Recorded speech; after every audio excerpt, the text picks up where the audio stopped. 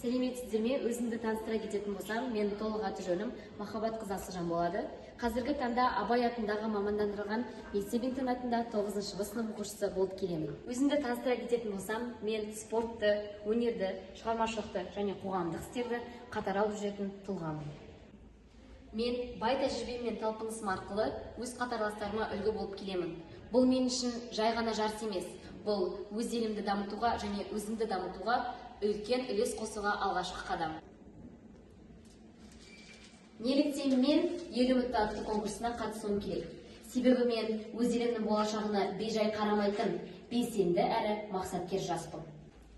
Ел үміті мен үшін өз қабілетімді дәлелдеудің жаңа тәжірибе жинап, рухани және интеллектуалды өсуге үлкен мүмкіндік. Мен Абай атындағы мамандандырылған мектеп-интернатына 2023 жылдың қыркүйегінде ауысып келгеніме қарамастан, осы қысқа мерзім ішінде мектебімнің дамуына және беделінің артуына бағытталған бірқатар іс-шараларға белсенді қатысып, өз үлесімді қостым деп санаймын.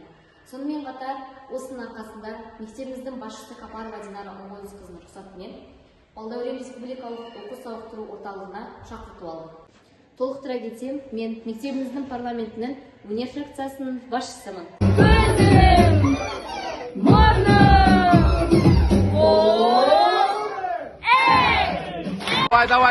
Давай!